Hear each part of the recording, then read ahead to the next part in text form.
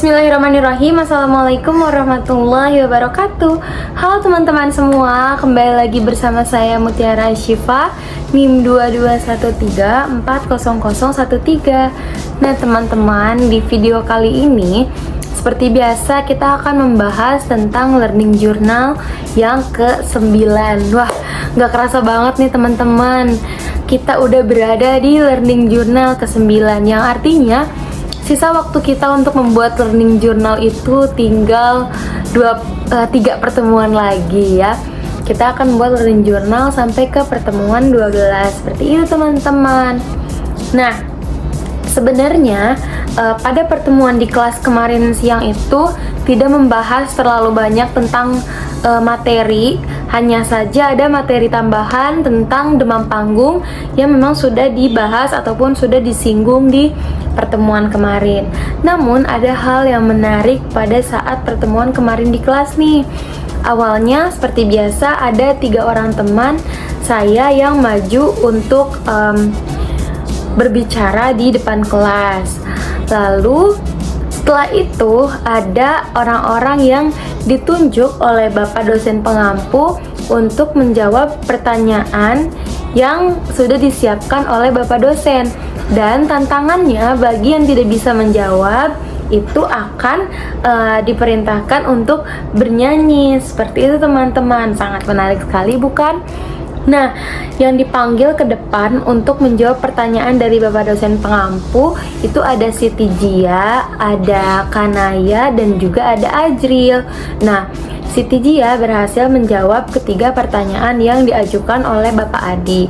Sementara Kanaya dan Ajril belum bisa menjawab, dan yang akhirnya membuat mereka harus bernyanyi di depan teman-teman kelas semua. Seperti itu.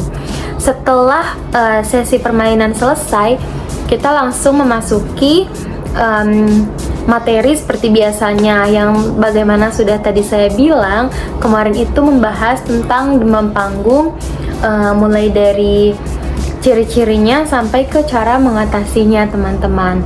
Nah, kita perlu mengetahui bahwasanya apa sih demam panggung itu.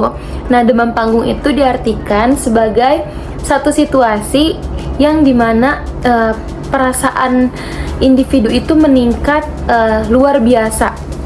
Nah, perasaan yang meningkatnya itu seperti perasaan cemas, perasaan takut, seperti itu, yang dialami seseorang saat orang tersebut berada ataupun tampil berbicara di depan umum. Tetapi bukan hanya saat berbicara aja loh. Perasaan demam panggung juga itu muncul kadang saat kita bernyanyi ataupun juga menampilkan suatu pertunjukan. Pokoknya yang konteksnya itu ada di atas panggung dan banyak penontonnya. Kalau misalkan kita mengalami perasaan cemas, perasaan gugup, nah hal itulah yang dinamakan dengan demam panggung teman-teman. Terus ada beberapa ciri-ciri yang memang mendeskripsikan tentang demam panggung ini. Demam panggung itu bisa ditandai dengan detak jantung yang berdebar-debar gitu. Jadi kita ngerasa deg-degan banget nih sebelum ataupun saat maju ke depan panggung seperti itu. Terus juga bisa ditandai dengan tangan yang gemetar. Bukan tangan aja tetapi bisa hampir ke seluruh badan pun terasa gitu, ngerasanya bergetar dan tremor gitu. Terus juga bisa ditandai dengan mual, terus pusing, sakit kepala. Itu merupakan gejala-gejala dari demam panggung. Oke, terkadang saat demam panggung itu terjadi, kita tuh seringkali merasa ingin sesuatu yang kita bawakan itu cepat buat selesai, karena kita tuh ngerasa ada di situasi yang terancam dan kita tuh nggak bisa diam di situ aja gitu. Nah, maka dari itu kita tuh punya beberapa cara yang memang bisa diatasi untuk mengatasi demam panggung ini. Gimana aja sih cara mengatasinya? Yang pertama, tentunya kita perlu bersiap atau juga berlatih secara matang sebelum kita melakukan presentasi ataupun juga berbicara di depan umum dan juga menyanyi. Tentunya dalam persiapan yang matang itu bisa mempersiapkan dari segala hal, mulai dari persiapan materi, persiapan fisik, sampai juga persiapan dari kostum dan juga secara visualnya dari diri kitanya. Seperti itu teman-teman. Lalu juga kita perlu melakukan yang namanya teknik relaksasi. Nah, teknik relaksasi ini bisa kita tangani dengan cara kita bisa menarik ataupun juga menghembuskan nafas gitu. Jadi kita bisa mengatur pernafasan untuk menenangkan diri kita dalam menghadapi demam panggung itu.